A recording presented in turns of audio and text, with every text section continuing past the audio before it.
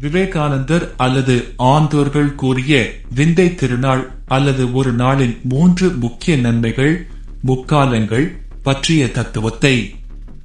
ஒரு நாளை சரியாக பயன்படுத்தினால் கிடைக்கும் 3 முக்கிய பலன்கள் இவை. 1. அறிவு வளர்ச்சி கல்வி. ஒவ்வொரு நாளும் ஒரு புதிய விஷயத்தை கற்றுக்கொள்வது நம் அறிவை விசாலமாக்கும். கற்கை நன்றே பிச்சை புகினும் கற்கை நன்றே என்பதற்கு இணங்க ஒரு நாளில் நாம் பெறும் புதிய தகவல் நம் வாழ்நாள் முதலீடாகும். 2. அறச்செயல் தர்மம்.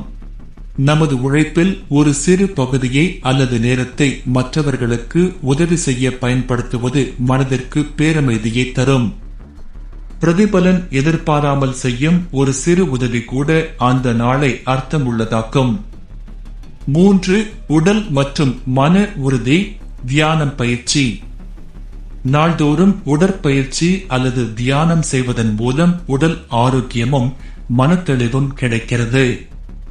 இது அடுத்தடுத்த சவால்களை எதிர்கொள்ளும் ஆற்றலை நமக்கு வழங்குகிறது.